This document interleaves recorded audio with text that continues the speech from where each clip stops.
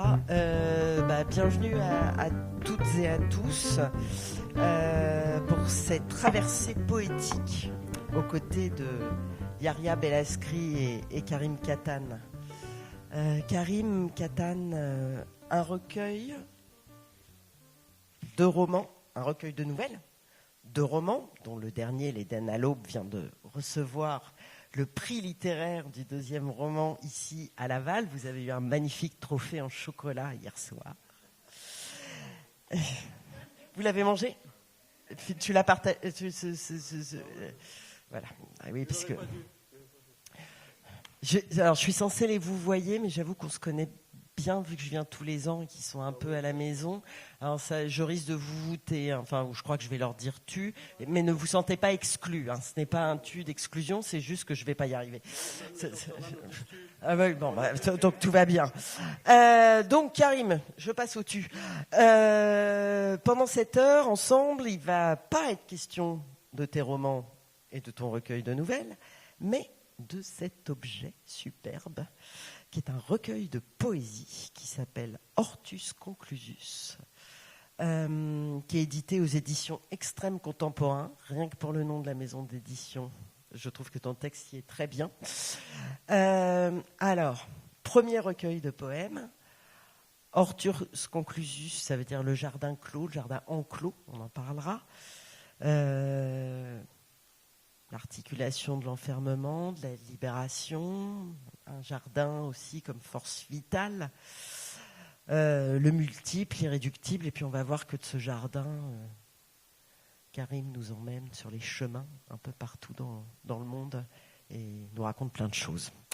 Voilà. Cette table ronde me surstresse parce que je suis nulle en poésie. Enfin, j'en lis beaucoup de la poésie, mais en parler, c'est compliqué. Alors, c'est surtout eux qui vont causer, j'espère.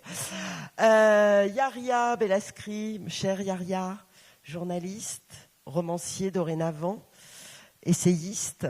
T'es invité à Laval depuis 2011. T'as été parrain plusieurs fois du festival. 2 années.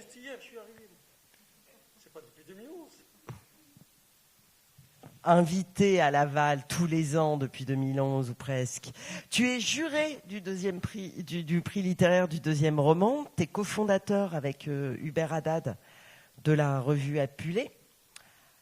Vous avez la chance d'avoir sur les tables de la librairie là-haut le dernier roman de Yahya qui normalement ne sort que le 8 mai, donc qui est là en avant-première. Juste une information, c'est pas le dernier, c'est le dernier roman en date. Publié. Je suis encore vivant. Publié, le dernier roman publié pour le moment. Ça démarre bien, qui s'appelle N'oublie pas. Voilà, n'oublie pas notre Arménie. J'ai écrit notre harmonie, c'est quand même pas mal. Hein. Mais là aussi, c'est pas du roman dont nous avons parlé, mais de sable et de vent. Aux éditions Ederne, avec de magnifiques illustrations de Thierry Perduiseau. Un livre autour de la violence du monde, mais qui est aussi un chant d'amour, un chant d'amitié, épouvante, effroi, débris, mais espérance, miracle et joie. De ce monde, rien ne vous est étranger, c'est écrit dans le livre. Bienvenue à tous les deux. Tout va bien, j'y arrive. C'est Eve Guéra, hier, sur une précédente table ronde, ici même, qui disait que tout grand romancier est d'abord poète. Vous faites le chemin inverse, en tout cas en publication. Enfin, t'avais eu des poèmes dans Apulée, toi, déjà, publiés ? Non. On est bien d'accord. Donc vous, c'est l'inverse. Mais est-ce que vous êtes d'accord avec ça ou pas ? Oui. Non, mais si la question n'est pas bien, on passe à la suivante. Elle est très bien la question. Elle requiert réflexion.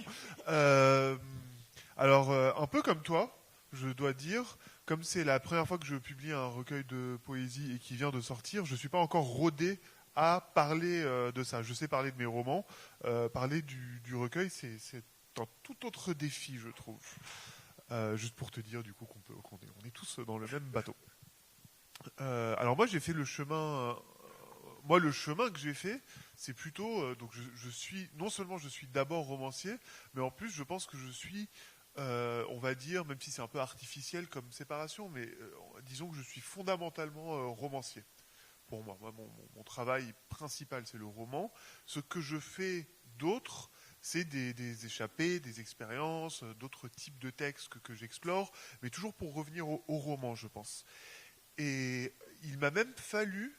J'ai toujours écrit quand j'étais petit, j'écrivais de la poésie, parce qu'il faut savoir, on a tendance à penser que la poésie, c'est un genre hyper excluant, en fait, hermétique. Bon, on lit pas la poésie parce que c'est un peu, voilà, on n'a pas accès à la poésie. Alors que très souvent, c'est au contraire l'un des genres les plus simples, parfois aussi, les plus à l'expression la plus facile. Et donc, par exemple, quand on est petit, qu'on est fantasque et qu'on pense pas à ce genre de choses, on écrit de la poésie comme ça. Enfin, quand on veut écrire, on écrit des petits poèmes, on écrit des choses comme ça. Donc, j'ai toujours un peu écrit de la poésie, mais j'ai eu beaucoup de mal à m'autoriser à dire ouais, je vais publier un recueil de poèmes. Parce que tout de suite, c'est un geste de dire j'ai un recueil de poèmes. Enfin, ça me semblait compliqué, un peu vulnérabilisant. Enfin, c'est un autre mode d'expression. Donc, je pense qu'il m'a fallu le temps d'écrire certains romans, de me sentir un peu plus à l'aise dans le genre romanesque pour m'autoriser un peu cette fantaisie que serait la poésie. C'est drôle parce qu'il y a 2 ans, au petit-déj, avant une table ronde ici à Laval, tu m'avais mise au défi de dire dans la présentation que tu étais aussi poète. Donc comme quoi s'autoriser, il y avait une envie. Bien sûr qu'il y avait une envie, c'est sûr. Et c'est très libérateur, on pourra y revenir, mais c'est très libérateur la poésie par rapport au roman, ça permet d'autres choses, je trouve. Enfin, Yaria, le geste poétique, il vient à quel moment ? Depuis très longtemps, depuis plus de 2000 ans. L'histoire s'est confondue avec l'histoire de l'Algérie. Je suis un enfant de cette terre algérienne qui s'est toujours inventé dans l'adversité et qui a toujours chanté, comme tous les peuples du monde d'ailleurs. Tous les peuples, toutes les femmes et tous les hommes chantent leur chagrin, chantent leur espérance depuis toujours. Et je suis dans cette tradition-là, algérienne, maghrébine, africaine, mondiale, du chant. Sauf que je n'avais pas encore fait de recueil de poésie. Moi, je suis romancier. Et je crois sincèrement, profondément, que le poète peut écrire un roman, qu'un romancier, c'est plus difficile pour lui d'écrire de la poésie. C'est beaucoup plus difficile. Le poète embrasse tout. Le poète, c'est, au sens de Jean Sénac, c'est la vigie, la sentinelle. C'est lui qui nous informe sur l'état du monde. C'est lui qui nous dit que vous allez au mur. C'est lui qui nous dit que l'espérance est sur tel chemin, sur le chemin des cailloux. C'est lui qui ouvre, c'est le poète. Le romancier, c'est autre chose. C'est un travail long, fastidieux, qui demande du temps, mais aussi c'est s'emparer, comme disait Camus, du vrai pour faire le vraisemblable. La poésie naît des silences. Alors, dans mon cas précis, personnellement, j'ai toujours eu des poèmes dans mes romans, mais là, j'ai décidé d'écrire ce recueil de sable et de vent parce qu'il y avait un silence autour de moi. Et on sait que le poème naît du silence. Il n'est pas dans le soubresaut du monde. Il naît quand il y a silence, quand on ne peut plus parler, quand les paroles s'arrêtent, ne disent plus rien. C'est de là que sort le chant infini des hommes et des femmes qui ont une douleur incommensurable qu'ils transportent en eux. Parce que nous sommes tous et toutes des êtres souffrants. Donc, c'est parce qu'il y a eu silence que ce recueil est arrivé, alors même que j'écrivais un roman, que je suis en train d'écrire le prochain roman, une pièce de théâtre. Donc, mais à un moment donné, ce silence était si lourd, si difficile, que ces mots ont été couchés. Falmarès, que j'interviewais juste avant, parle de nécessité. Quand je t'écoute, j'entends ça aussi. Il y a un moment, c'est la nécessité, il reste ce mode d'expression-là. Alors, au-delà de la nécessité, pour moi, il y a le désir. Nous sommes des êtres de chair, femmes et hommes, et nous entreprenons et nous inventons à partir de nos désirs. Bien sûr, nos désirs, on les limite aussi. C'est un désir d'écrire, un désir d'aller vers la poésie, vers le texte et tout. Et donc, oui, Peut-être c'est une nécessité, mais c'est surtout le désir, en tout cas qui m'anime moi, et qui anime, je crois, le poète qu'il est. Karim, tu m'autorises à lire un tout petit bout, après tu liras toi, mais j'ai fait une petite coupe, mais c'est les premières pages du livre où tu dis que quelques mots s'imposent. Les poèmes qui suivent ont été écrits sur une période de 2 ans, bien avant l'ouverture, en octobre 2023, de cette séquence de désespoir qui elle-même augure le pire encore à venir. Ces textes errent, se baladent, font pèlerinage et quête. Ils sont Sarah et Safar. Excursions et voyages, promenades et aventures. Ils parlent de 1000 choses, mais leur cœur, leur centre, la chose battante en leur milieu, c'est la région de Bethléem. Bethléem, ma ville, est en éclats partout. Elle irrigue et irradie. Reflet de fleurs et de vers dans chaque localité réelle, imaginaire ou plus exactement, quelque part entre les deux, à la frontière crépusculaire qui fait l'interface entre ces deux mondes. Le titre du premier poème, en arabe, le haut du jardin, désigne un lieu à Al-Azhar. Dis-le. À Al-Azharieh. Azharieh ? Derrière la tombe de Lazare. C'est là que se trouve l'un des centres militaires où je dois renouveler mes papiers auprès de l'occupation. Une épreuve administrative banale mais violente, car elle constitue la colonne vertébrale de l'apartheid, fondée avant tout sur le contrôle bureaucratique. Il est doux et drôle que ce lieu terrible soit situé près de cet autre, au nom évocateur et sans référent apparent. Où est ce jardin ? Je ne sais pas. Al-Azharieh est une ville chaotique, plaque tournante de plus d'un commerce douteux. À Ras al-Bustan, il y a un mur, des poubelles et des chiens errants. La dernière fois que je me suis évadée à la faveur de ce nom, j'ai imaginé que Ras al-Bustan, c'était le sommet de l'unique, primordial jardin. Et alors l'expérience a été davantage une échappée qu'un asservissement. Le haut du jardin est là où se fait la jonction entre la brutalité et le rêve. Et pourtant, le poème qui porte ce nom n'est pas une allégorie de ce moment administratif. Je sais qu'on pourrait le lire ainsi, mais il n'a rien à voir avec lui.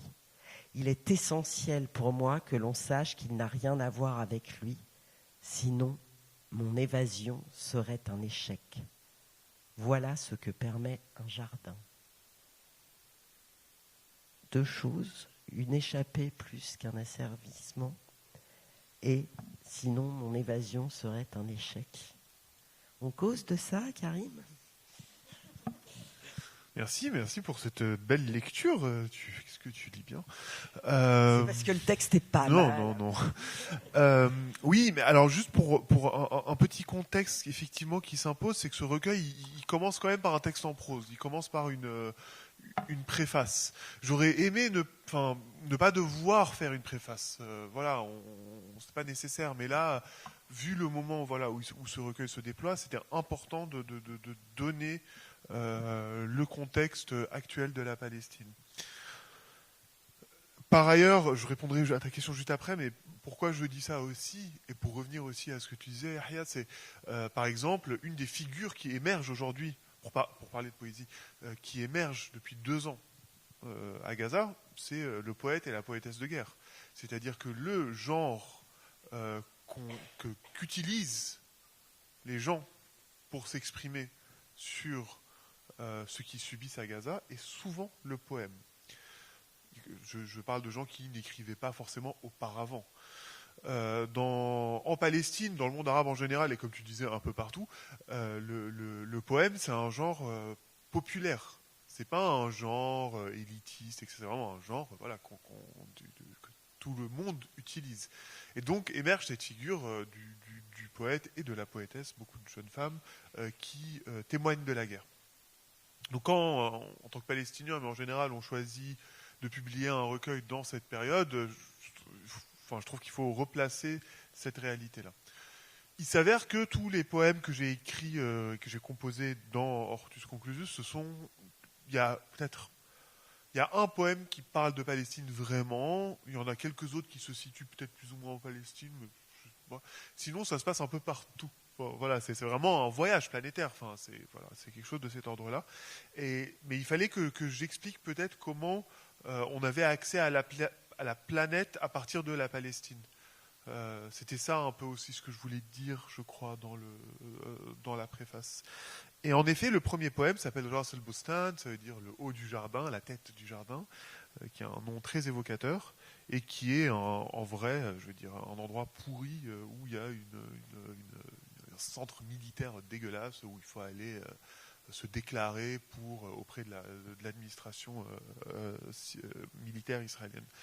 Et cette dissonance incroyable entre le nom du lieu, qui est magnifique, le haut du jardin, et la réalité coloniale de l'espace où j'allais, en fait, la dissonance, l'espace entre le nom et la réalité de la chose, je me suis dit, c'est ça aussi l'espace poétique, c'est tout ce que ça permet. Et ce poème qui s'appelle Ras el-Bustan ne parle vraiment absolument pas de ça, c'est une espèce de conte sur un prince qui est dans un jardin, enfin bref. Et donc à la fois c'est complètement informé par la Palestine et en même temps pas du tout. Et la préface c'était un peu pour dire ça, c'est les deux à la fois. C'est à la fois qu'on va trouver la Palestine et spécifiquement Bethléem partout, mais aussi nulle part.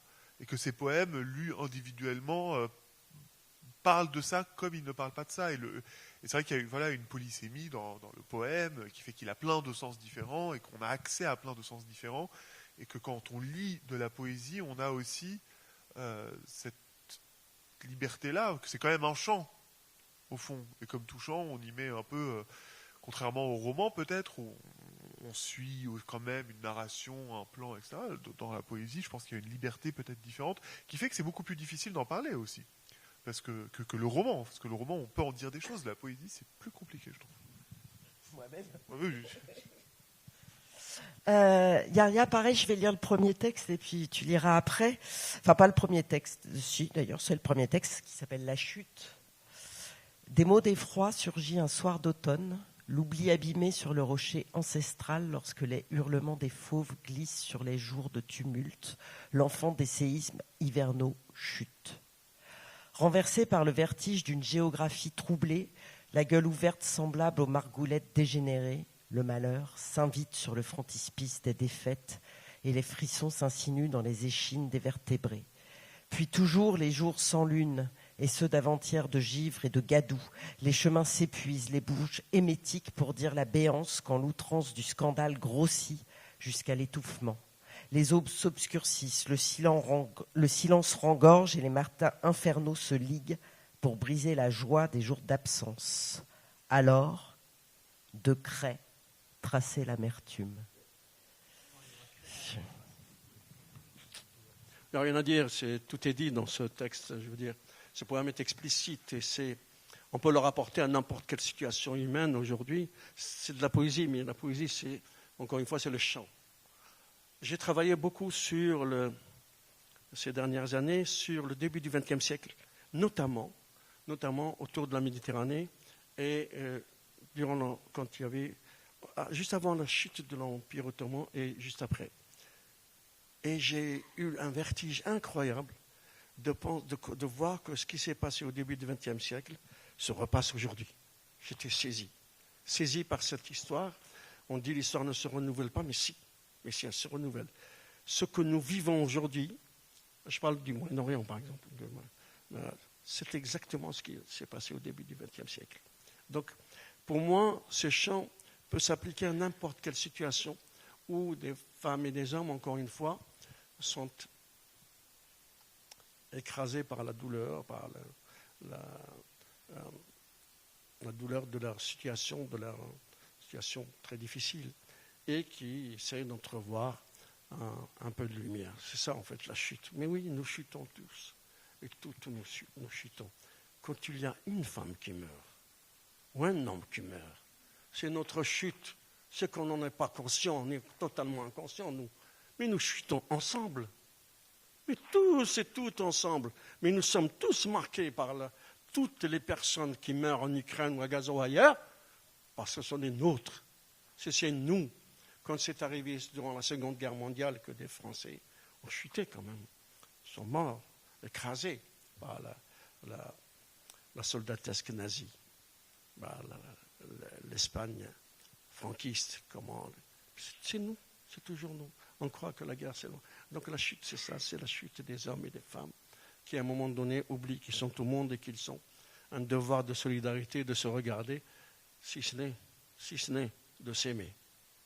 En écho, effectivement, dans tout le livre, il y a ce mélange guerre ancienne, guerre contemporaine, qui est vraiment le fil rouge, enfin qui est un des fils rouges, et effectivement la souffrance que ces guerres impriment dans les corps, dans les chairs, dans les absences, puisqu'il y a des morts dans le livre, on parlera plus particulièrement à un moment ou à un autre des enfants aussi, et en même temps tu as réussi à ramener la lumière, enfin il y a quand même l'espérance. L'espérance, c'est dans la religion chrétienne, c'est une valeur théologale, fondamentale. Et l'espérance est dans l'Ancien Testament. L'espérance est dans le Coran. Elle traverse les trois religions. Et elle est, une caractéristique humaine. C'est-à-dire, ce n'est pas l'espoir qui suppose déjà la résignation. L'espérance est autre chose. C'est, pardonnez-moi de prendre cette phrase qui est religieuse, c'est une ancre d'espérance, c'est-à-dire croire que nous pouvons changer quelque chose à notre destin. Croire que, femmes et hommes, nous pouvons prendre en charge l'écriture de notre passage sur Terre, parce que c'est juste un passage. Donc, s'il n'y a pas d'espérance, il n'y a pas de résistance.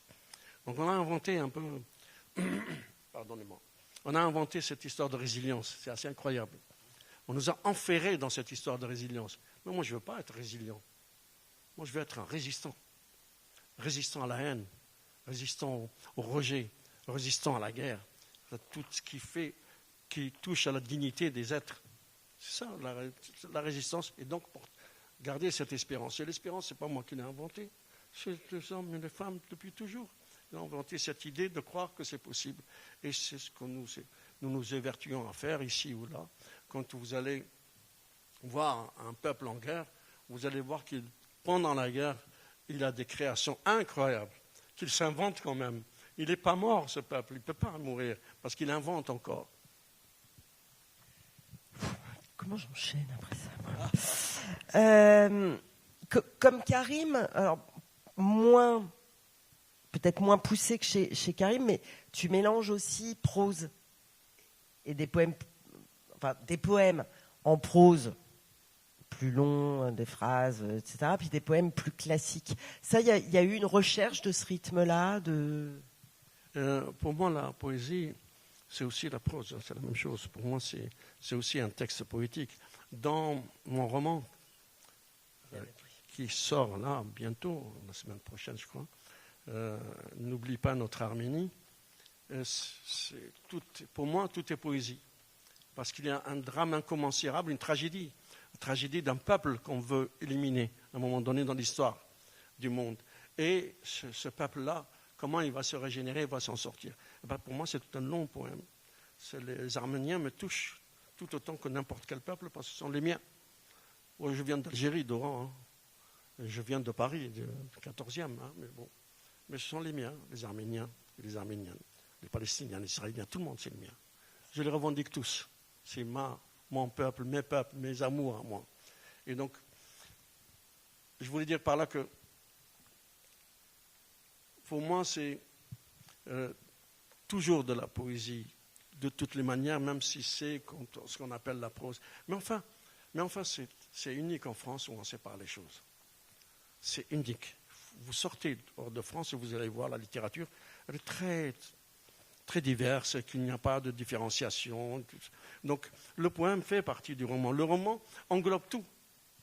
Quand le roman arrive, il englobe la nouvelle, le poème, tout est là. Tout est là. C'est la quintessence. Mais le poème disparaît pas. Et quand vous allez dans d'autres pays, chez d'autres peuples, vous trouvez que la poésie, on va écouter la poésie par milliers en même temps. Par milliers, vous allez en Colombie, vous êtes dans un stade et vous avez 5 000 à 10 000 personnes qui vous écoutent. Et vous dites votre poème et c'est traduit en espagnol. C'est assez incroyable. Quand vous faites quelque chose autour de la poésie à Paris, vous avez 5 personnes. Alors, c'est en train de changer. C'est en train de changer. J'espère. Il se passe quelque chose autour de la poésie et avec un rajeunissement du lectorat nécessaire en plus, parce que on ne rajeunit pas. Non, mais oui, il se passe un truc. Bon, bref. On n'est pas là pour refaire le monde de l'édition et le lectorat, mais Karim, il y a beaucoup de mélanges dans ce texte et de mélanges de références. Il y a le Cantique des Cantiques avec ce jardin, Lazare, etc. Il y a de la légende arthurienne. Il y a les sorcières d'Andorre. Il y a Minos et Pasiphae. Il y a Zeus et Ganymède, revu par Karim. Là aussi, il y a quelque chose de, j'allais dire, de culture universelle, de s'approprier les mythes. Oui, tout à fait.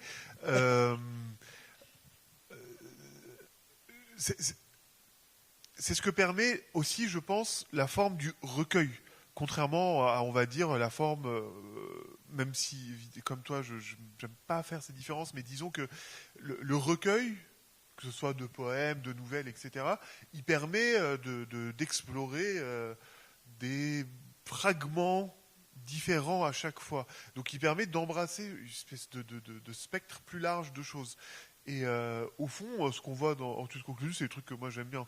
Et en vrai, ce que j'aime bien, c'est à la fois oui, le cantique, que la légende arthurienne, que les mythes grecs, que les jeux vidéo, que ci, que ça. Enfin, toutes ces choses se retrouvent ici. Comment ? C'est sur les jeux vidéo ou Mais si, les jeux vidéo, bien sûr. Si, c'est très important, les jeux vidéo.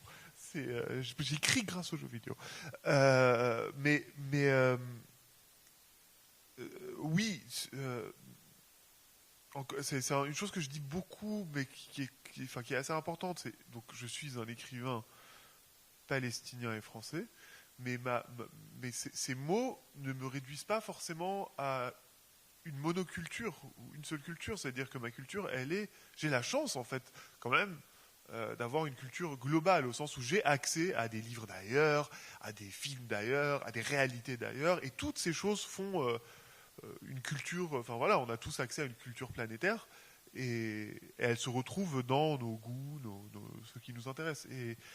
Et le recueil, cette espèce d'accumulation un peu de jardin, de voyage comme ça, il me permet aussi d'explorer tout ça. Il y a beaucoup de Japon aussi dans Hortus Conclusus.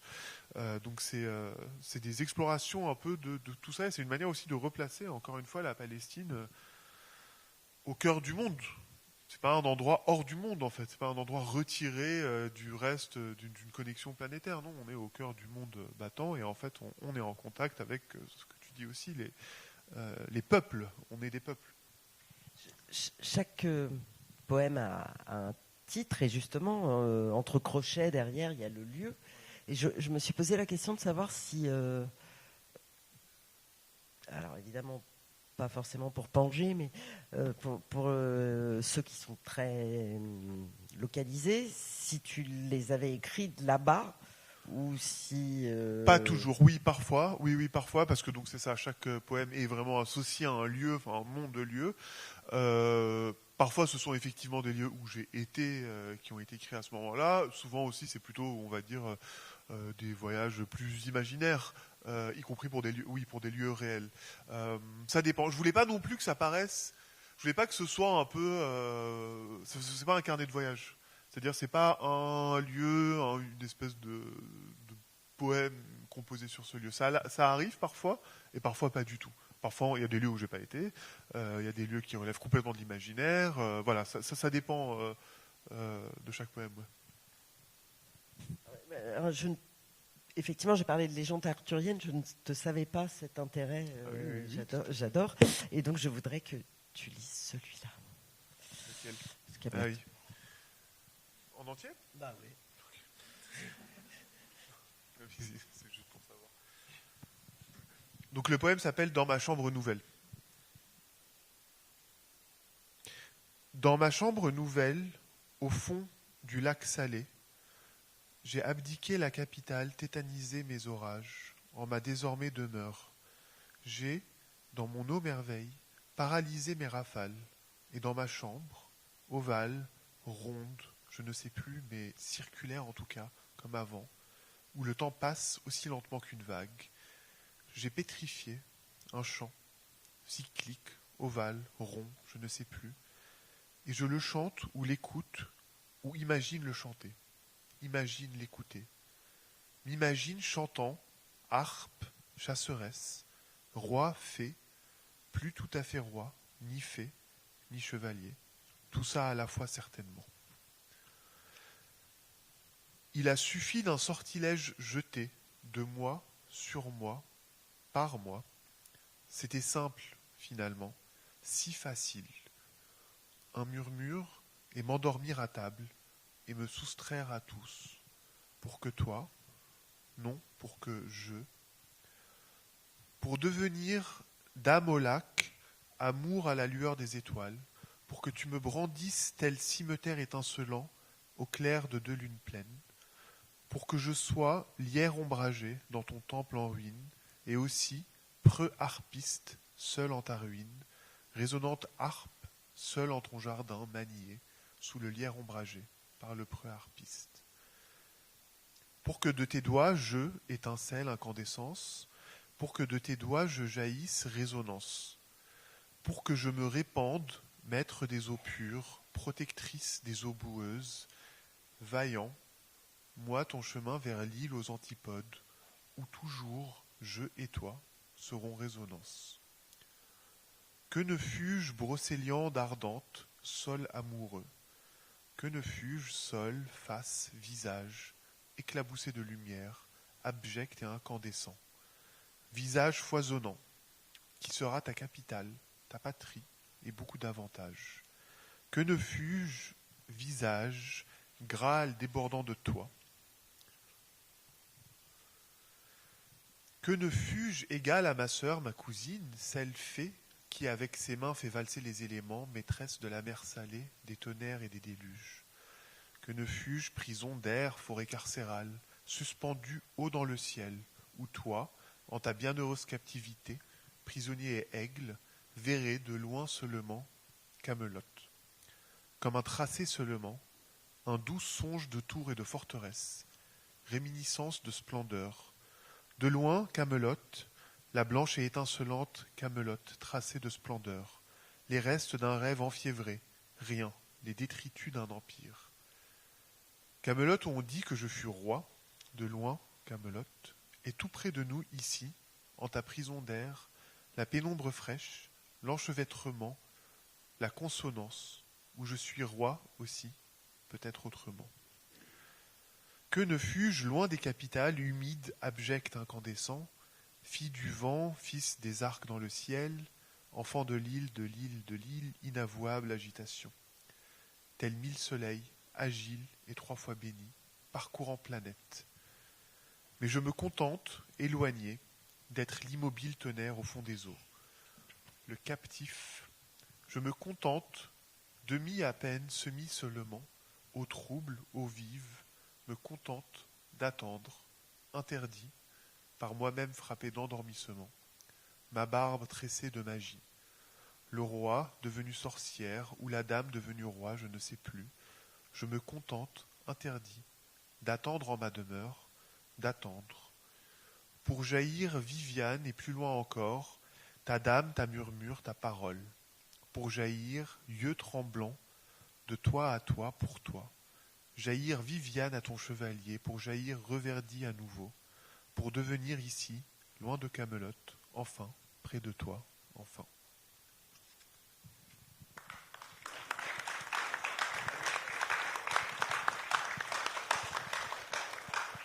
Elle vient d'où cette... Alors déjà c'est compliqué à lire la poésie, je trouve franchement...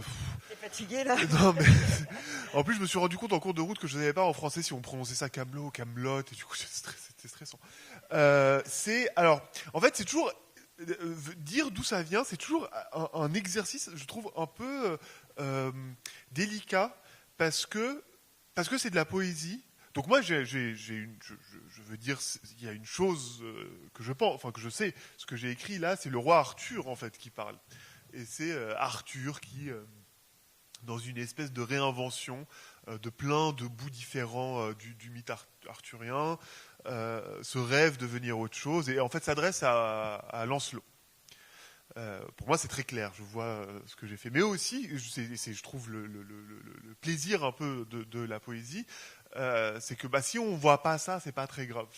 On peut voir autre chose. L'avantage du chant, en fait, au fond, c'est que si on le comprend pas trop, mais qu'on aime bien, c'est sympa aussi. Donc voilà, c'est vraiment, je suis très pétri des mythes arthuriens. C'est quelque chose qui a toujours été très important pour moi et que là, je me permets un peu d'utiliser de façon nouvelle. Et ça vient aussi parce que juste pour préciser quelque chose, en fait, Hortus Conclusus, c'est un recueil qui est vraiment en écho, ou en résonance avec l'Éden à l'aube. Il y a beaucoup de choses qui se ressemblent, et même là, en le relisant à voix haute, je vois, en fait, c'est des choses qui ont été écrites à peu près au même moment, et donc il y a le même univers, en fait. Il y a beaucoup, déjà l'amour. Il y a beaucoup de poèmes, un peu d'amour de ce type. C'est au fond un poème d'amour. Donc c'est vraiment toutes ces résonances-là qui sont présentes dans ce texte, qui du coup est quand même, parce que ça, pareil, je ne sais pas comment on montre ça à l'oral. Oui, il y a une composition. Il est où? Ah oui, il est avant. Juste, pardon. Oui, voilà. Enfin, je veux dire, il y a une recherche, je veux dire, de la page également. Du coup, j'étais là, je sais pas, est-ce qu'il faut que je bouge pour.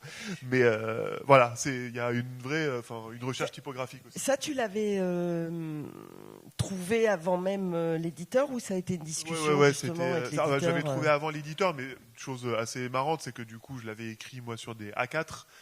Quand on passe sur un autre format que l'A4, il faut réfléchir à la disposition. Et donc ça a changé à nouveau. Mais par exemple, ce poème-là, c'est l'un des seuls qui est vraiment dans une disposition très...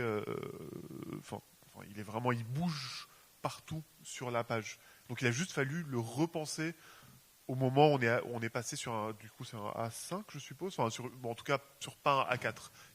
Il a fallu réfléchir à cette disposition. Bah oui. Allez, mon chat. Gravir. Non. Tu veux pas? Eh ben, choisis.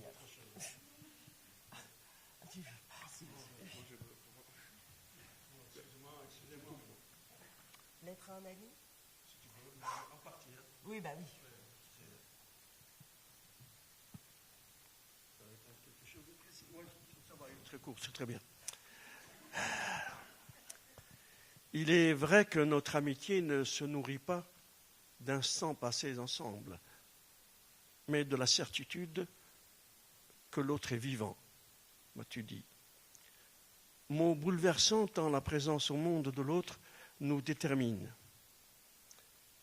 J'ai mis du temps à t'écrire, ému par tant de sensibilité et de sincérité, d'autant que tu as ajouté « Je suis là, près de toi, de ton sourire, de ton âme et tes écrits. Je te sais là, je te sais bon, je connais ta générosité. Je me rappelle un jour, important pour moi, arrivé dans un lieu où je ne connaissais personne, des mots de bienvenue dans ma langue m'avaient accueilli, le tien. Jamais je n'ai oublié cette marque d'hospitalité. Alors oui, nous nous voyons de temps à autre pour nous perdre aussitôt. Toi et moi savons que l'un et l'autre sommes semblables et différents. Notre ressemblance et notre différence sont les ciments de notre amitié et de la joie qui nous étreint lors de nos retrouvailles. Bon, voilà, c'est une déclaration d'amour à des amis que j'aime. L'explication de texte est superbe. Mais justement, moi, en lisant, je me disais, moi j'étais dans la peau de la lectrice, que finalement, cet ami à qui tu t'adresses, ça peut être vous, ça peut être vous, ça peut être moi. Il y a quelque chose de... Je ne sais pas si toi, tu avais quelqu'un, quelques-uns, quelques-unes, précis en tête, mais au final, il y a ce truc que tu as de l'autre. Je suis quelqu'un je suis unique dans ma famille, puisque tout le monde n'existe plus. Donc, j'ai que mes enfants. Et donc, par conséquent, toutes les femmes et tous les hommes que je rencontre et qui m'offrent un sourire, qui m'offrent une main tendue, je les adopte et j'en fais mes amis, ma famille. C'est ça, ma famille. Donc, c'est un mot, une lettre à mes amis, à ceux que j'aime, ceux qui m'ont accueilli, ceux qui résonnent avec une autre histoire, un autre poème, puisque tu parlais d'enfants tout à l'heure, et qu'il y a un poème qui est destiné à ceux qu'on ne reçoit pas, qu'on n'accueille pas, et qui meurent en mer ou qui meurent en arrivant, comme cet enfant kurde, Aylan Kurdi, que nous avons retrouvé sur une plage grecque, la tête, c'était un bébé, la tête face au sol, comme ça, mort sur une plage d'Europe. Sa mère l'ayant lâché parce que le canot a basculé en mer et cet enfant est mort. Donc, voilà qu'est-ce que je veux dire, ça résonne aussi de l'autre côté. Aylan Kurdi, face contre le sable, mon camp. Alexandra, victime béroutine, mon rang. La Madone de Bentala, meurtrie par la douleur, mon sang. Le curé du village, sacrifié sur un autel barbare, ma tribu. C'est les miens. C'est les miens. Le curé, bien sûr que je l'adore, le curé, je l'aime, le curé. Je suis de culture arabo-berbéro-musulmane, mais je suis de toutes les religions et je suis surtout athée. Mais bon, ça c'est une autre question. Et donc, mais je suis juif, je suis chrétien, je suis musulman, je revendique tout. Et donc, je revendique les miens. Et bien sûr, le curé, c'est moi, c'est la Madone de Bentalha qui a tout perdu quand les islamistes détruisent tout un village et qu'elle est seule survivante d'une famille entière massacrée à Bentalha, dans la banlieue d'Alger, c'est ma famille. Aylan Kurdi, Daknish, le gamin, cet enfant, mort aussi dans des circonstances atroces, c'est ma famille. Donc tout cela, je les revendique. Pour moi, c'est simple. Hein. Vous m'adoptez, c'est fini. Hein. Vous vous débarrassez pas de moi. Vous pouvez pas.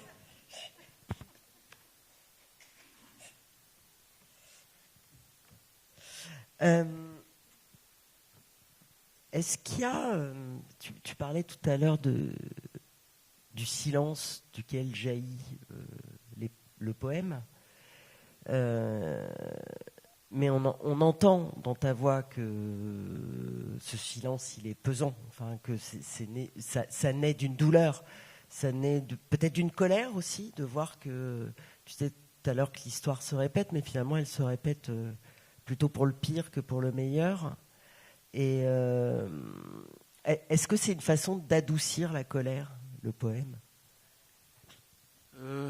Non, je ne crois pas que c'est question d'adoucir. Parce que ce texte-là est plein d'espérance, et plein d'ouverture, de matin qui s'éclaire, de l'aurore et tout ça. Cette aurore rosée, le matin comme ça, quand on se lève et qu'elle est là, et on voit qu'on est vivant, qu'on est vibrant, et qu'on peut encore aimer et tomber amoureux du monde, des choses qu'on rencontre, des personnes qu'on rencontre. Donc, tout est là.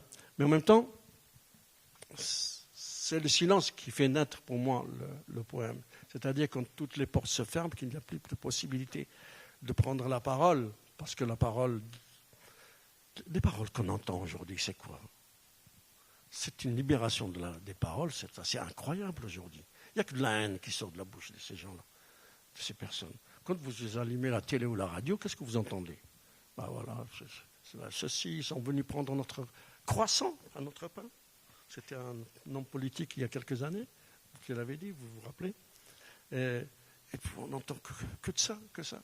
Alors moi, précisément, comme je ne veux pas les entendre, il y a le silence qui m'habite. Et ce silence-là est fait par la convocation de l'absence.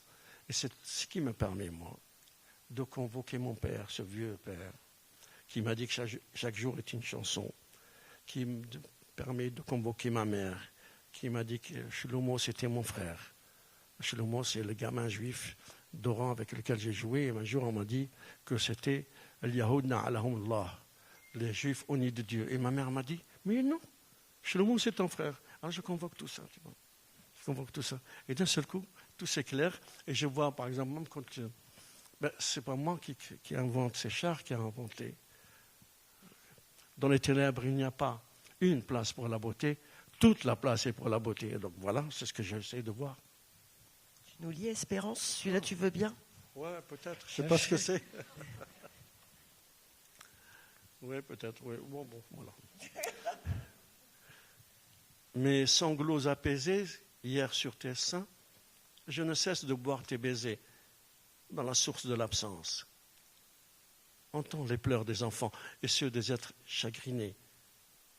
Au dernier soir, miasme putride, ruine chancelante, pour une abjuration irrévocable. Ma bouche se prêtera à toutes les contorsions pour dire l'inéluctable débâcle et l'agencement des défaites. Annoncer les joies des matins solitaires au royaume de l'infamie. Comme un bellitre, je tendrai les deux mains et le cou pour un quignon et 2 mesures d'amour. Ça suffit. Pour les 2 mesures d'amour. Karim, tu disais qu'il y avait peut-être plus de liberté dans le poème. Et c'est rigolo parce que j'ai écrit sur mes fiches qu'il fallait que je te parle de liberté du poème, ne serait-ce que parce que, effectivement, dans l'écriture elle-même, dans le langage, il y a un moment, tu dis ouf. Enfin, il y a un des textes où, alors ça, je t'ai entendu pour le coup dans la vraie vie, mais il me semble que c'est des choses que tu te permets pas dans le roman.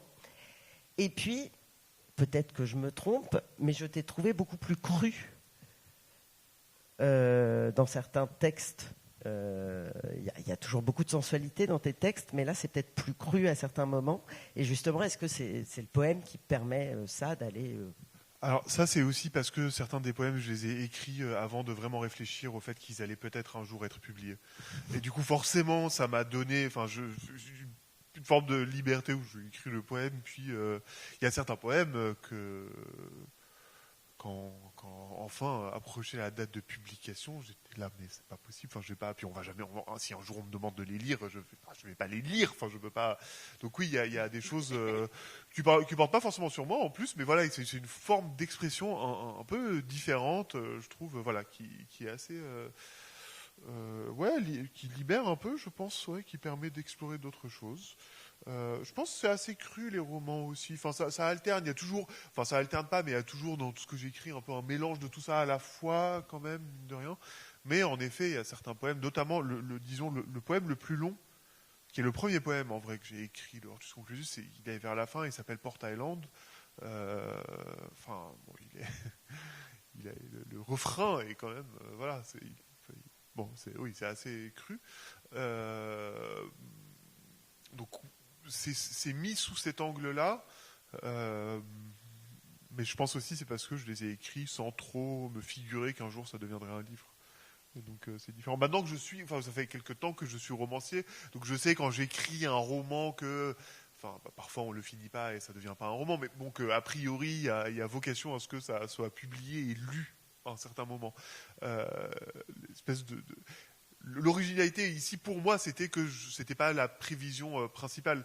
Je pense que ça doit faire l'inverse, par exemple, peut-être pour une personne qui est poète, puis qui un jour écrit un roman et se dit j'écris, je verrai, peut-être que je le publierai pas. Enfin, en fait, c'est pas la poésie elle-même qui donne cette liberté, c'est juste que j'ai changé pour ce livre de pratique. Et du coup, je me suis autorisé des choses que peut-être je m'autorise un tout petit peu moins dans mon autre pratique, peut-être. Et puis alors, tu t'étais promis de ne jamais écrire un poème au sujet d'un checkpoint. Ouais. Tu le fais. Oui, c'est le seul poème vraiment sur la Palestine. Enfin, sur mon expérience d'apartheid en Palestine, véritablement. Tu veux que j'en parle ? Je peux, parce que c'est un poème que j'ai écrit il n'y a pas très longtemps. En plus, c'était un jour où j'étais chez moi à Bethléem et je devais traverser le checkpoint pour aller à Jérusalem. Je ne sais plus pour quelle... Bref, je ne sais plus, mais je traversais le checkpoint. Et c'est toujours une expérience, bon, évidemment, extrêmement brutale de traverser un checkpoint en tant que Palestinien, en tant que com particulièrement. Et en même temps, je me disais, mais qu'est-ce qu'il y a à dire sur ça, en fait? Qu'est-ce qu'il y a à dire sur la traversée d'un checkpoint? C'est une traversée de frontières, enfin, pas de frontières, parce qu'aucune frontière n'est reconnue, mais c'est une traversée de quelque chose qui est d'une énorme brutalité, et en même temps qui, voilà, est rendu très moderne, quoi. Le checkpoint, c'est ultra moderne, c'est comme un hall d'aéroport, mais 1000 fois plus violent. Bon. Qu'est-ce que je peux dire de ce checkpoint qui soit un peu... qui disent quelque chose de mon expérience. Et du coup, j'ai écrit ce poème qui s'appelle donc Checkpoint 300. Checkpoint 300, c'est le nom de l'un des grands checkpoints à l'entrée de Bethléem. 300, déjà le nom Checkpoint 300, c'est sorti tout droit d'une dystopie, hein, quand même, on dirait un truc de science-fiction, mais c'est la réalité palestinienne. Et il s'appelle 300 parce qu'à l'époque, c'est un checkpoint qui a au moins 20 ans d'âge, hein, c'était le 300e checkpoint. Aujourd'hui, on est à des milliers de points de passage militarisés. Et donc voilà, je voulais dire au moins là quelque chose de ça, de cette expérience simple, presque, de la simplicité en fait de la violence du checkpoint. Il y a un autre poème qui me... C'est le citronnier, là. Tu parles le narrateur du poème parle du sourire de la mer. Je me souviens plus. Tu te souviens pas? Du sourire de la mère? Oui, de ta mère. Ah, de la maman. Oui, de la maman, de la mère. 4 lettres. Oui. Oui, un peu, je trouvais ça, j'étais là, oh, le sourire de l'océan, c'est sympa aussi. Je pense que c'est sans un citronnier, oui.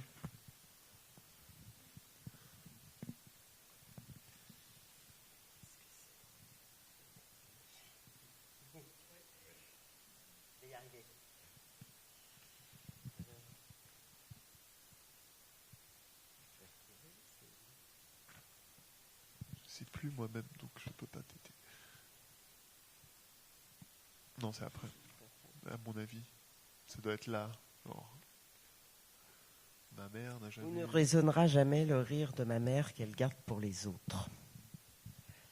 Il sort d'où, celui-là? Moi, ma mère n'a jamais ri avec moi comme elle rit avec les autres. J'ai longtemps pensé qu'elle me refusait son rire, qu'elle m'interdisait l'accès à cela d'elle.